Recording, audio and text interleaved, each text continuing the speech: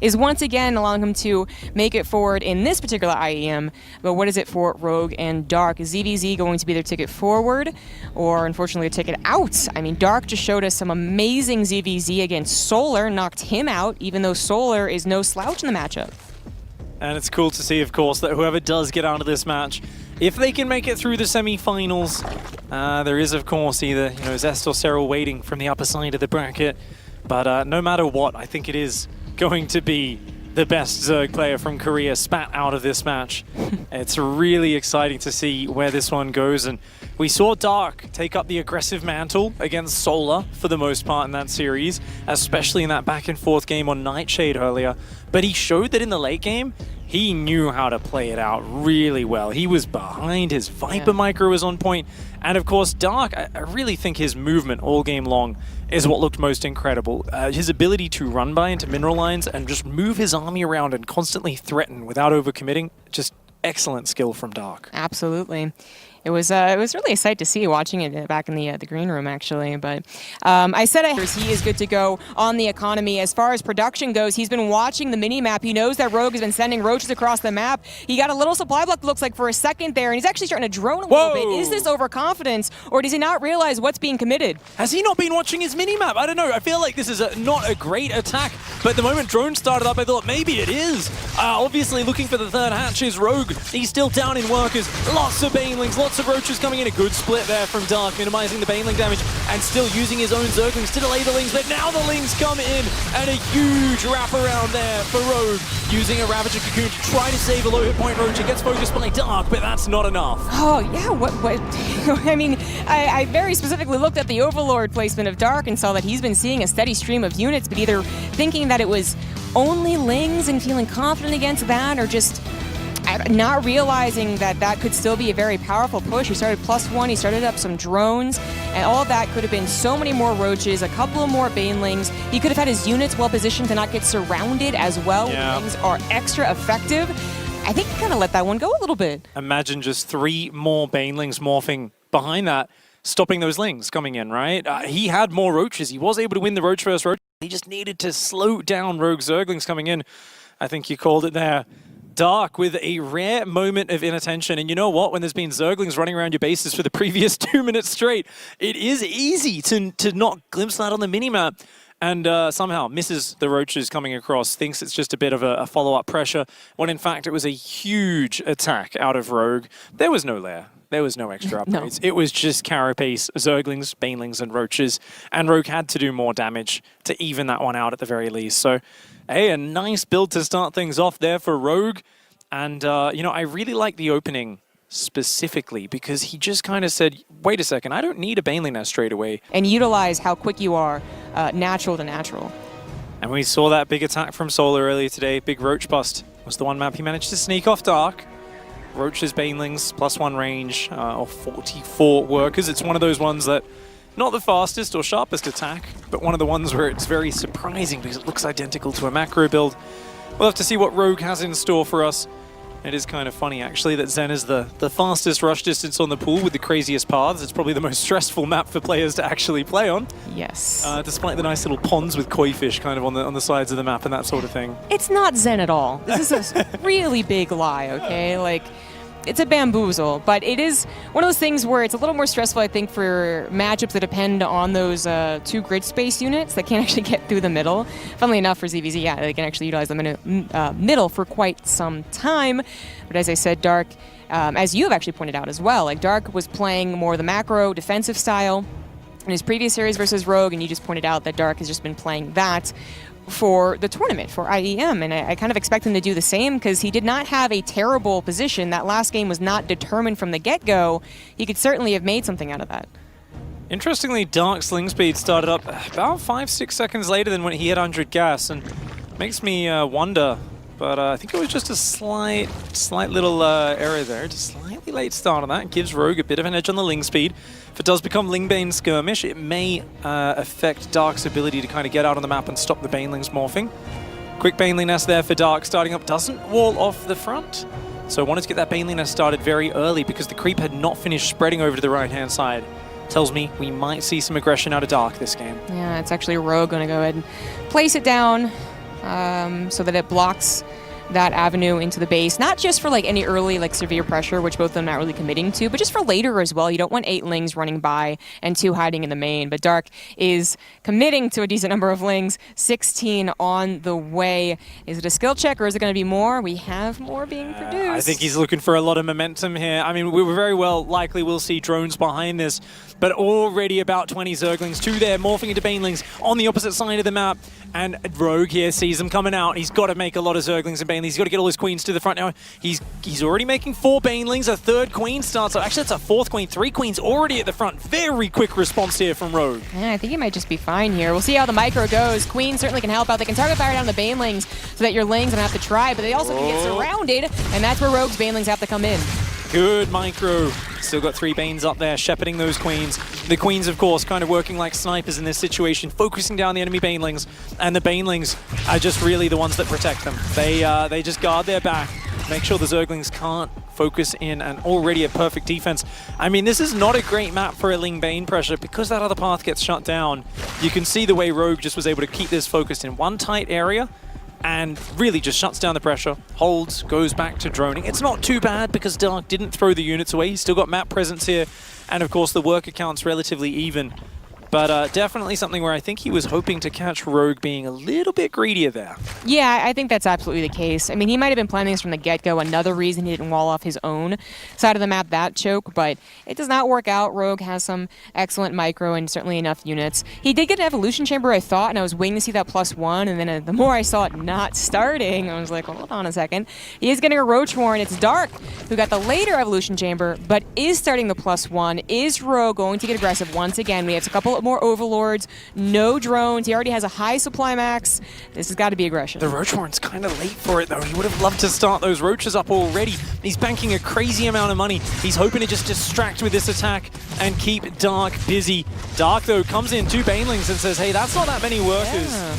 And already giving signs of the aggression. 15 Roaches start up. Did Dark pay attention? His attention was split between 2 areas. 17 Roaches. This is a ridiculously committed attack. Well, yeah, that's a lot to make at once this early on. I think you're right about the Roach from being just a little bit late. But that Spinecrawler is on the way. He did just finish up a round of drones, but I think he knows what's happening. Second Spinecrawler now on the way.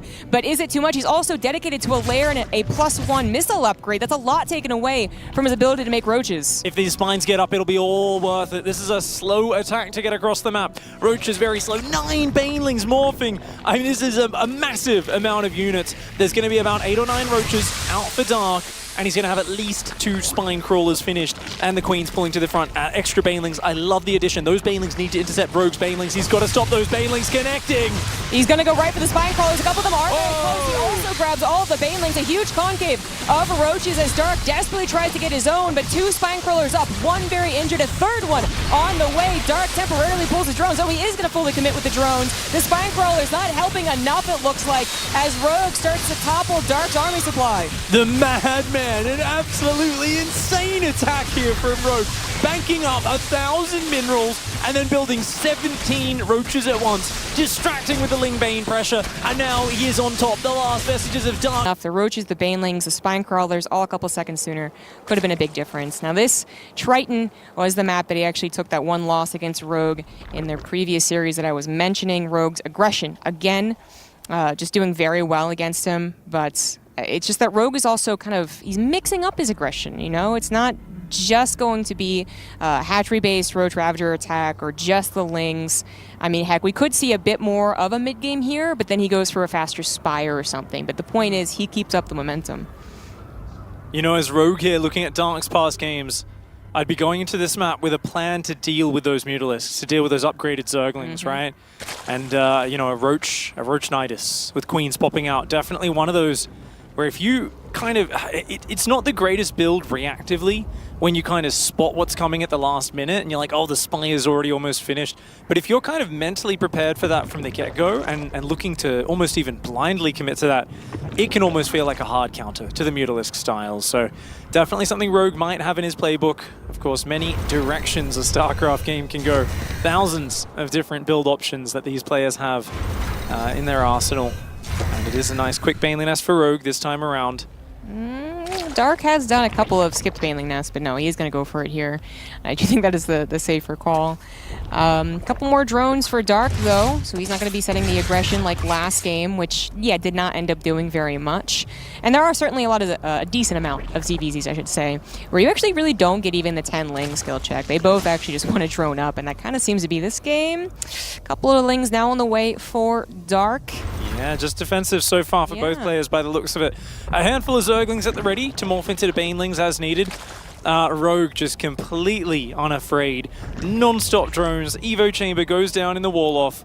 And it really feels like Rogue is just one step ahead mentally here where, you know, there is an element of luck, but it's also just the build order choices where Rogue is not having any of his gambles called, right? You know, any of his bluffs being called and the chances that he's taking are not being punished. Yeah, that's a very good way to put it. It also just feels like he's so much more confident, you know? Like, I don't think Dark lacks confidence, to be clear, but just his decision-making is working out, and he's the one that's taking a little bit of the gamble. Gamble. And he's actually going for a fast lair as we're speaking of it, so very pertinent for this game. Dark still holding off on it, and also, yeah, didn't have a very fast evolution chamber. There we go. Where is that lair for Dark? That's a confusing choice here. Potentially just wants to hit the drone count a bit harder. A few more Zerglings coming out, so Dark will apply a small amount of pressure. A ridiculous number of drones coming out behind that as well. So it looks like Dark is indeed just playing a big economy game, not really committing in any one direction, and thereby not giving any information to his opponent. Keeping Rogue guessing a little bit may demand a bit more respect simply by holding off on his choices. You know, I always wonder, okay, so I'm not surprised by the Spire here from Rogue. I was kind of anticipating that. But for Dark, I do always wonder about that, you know, yes, drones are amazing, and sure, you can delay your lair for that, but do you really want to delay your +1 missile? He does a little bit. It is a little bit behind Rogue, but that's not even really the most important part here, because now we got to think about what that Spire can do, especially if it remains unscouted. Yeah, that is the big question. With the delayed lair, you have a delayed overseer. With that wall off that players are utilizing so well, no one's been able to get in there and scout the Spire. The Baneling there, of course, left on its own. Can take out Lava, can't take out the drones, so just delays some of Dark's production. Dark, he needs the scout, but Rogue, he just keeps shutting it down. Very good control here. Literally does not letting even a Ling through, even though the wall is open. No, and as I say that, hey, caster curse, thank you. Oh! He doesn't actually see it. Oh no, you're okay. Never mind. I was gonna, make sure Dark gave me like a cake or something. Three Queens just started up in production though. Dark sees the gases on the third. Yeah. And I think just seeing no roaches out kind of goes, hey, wait a second. All right. I think I know what I'm up against here. Now the question is it a defensive play? Yeah, 6th gas goes down. I think we're going to see a 4th base for Dark and just kind of working up to try and hang on. No Nidus Worm and no push out across the map. Interesting here. Dark, I would have expected maybe a Hydra Den or a 4th base or something. Infestation Pit, there we go. Yeah, but spot on. Like the skill, like even though that one lane didn't get a direct scout, everything else still told him what he needed to know, especially considering their history and how prevalent this was and kind of is overall, I guess, in ZVZ. So Dark's on top of it. He did lose a Queen there, but with Spore Crawler should be coming down as well. He's not going to take an extreme amount of damage. An Infestation Pit option. So a bit slower. How many mutas was that? Was that 6? I believe so. 7, yeah, real small commitment straight into roaches. So there's going to be a fierce roach counterattack coming in from behind this. Now, this is something Dark needs to pick up on. So many players are like in this meta mindset of like, oh no, it's just going to be Ling Bane and Mass Muta. But this is a crazy number of roaches in production. Rogue can hit a really strong +1 timing behind this. I mean, is this Burrow and Tunneling Claws? It feels like something he wants to get around the mutas for, and not necessarily going to help if roaches suddenly come across the map. So does he have any inkling? He also starts a Pathogen Glands and a Hydralis Den. This is also, it's not going to help him against a massive amount of roaches right now. Yeah, this is the trick that Rogue really is going for. He's saying, hey, look, guess what? I'm going mutas, I'm going Zerglings and Banelings, and Dark is building so many spores. He needs like 3 spores at most, no more than that. Queens alone could defend this small number of Mutalisks because it is not being added to. Dark needs to mass produce roaches to survive. It's all about surviving this one big attack. A 40 army supply advantage for Rogue right now. The upgrades are even for quite a while longer. Ravagers morphing, roaches coming across the map. 4 bases against 3. Can Dark hold on? I'm feeling a little bit scared right now. That's a big army supply difference. Infestors can try and buy some time, but their actual damage with their fungal growth doesn't truly actually matter unless there's a couple of corrosive biles as well, which Dark has absolutely none. He's pounced upon in the middle here. He's got Queens not helping out that much. The Queen's dropping some nice transfuses. Drones immediately pull. Dark realizes how dire this situation is. Rogue has completely tricked him non-stop throughout this series, and yet again here in game number 3. Rogue hitting with a surprising attack. Fungal Growth coming down desperately, trying to stabilize. Hits the Mutas, hits the Roaches on the left, but there's just so much here for Rogue. Oh man, Dark knows that it's over. Rogue just a masterful crafting of the ZVZ. He's gonna 3-0 a guy who just took out everyone not 3 months ago, who looked amazing in ZVZ against Solar. It does not matter to Rogue because he says, you know what, I win championships, you don't anymore. Rogue with the 3-0 and looking quite content with that. He's like, yeah, that's what I expect.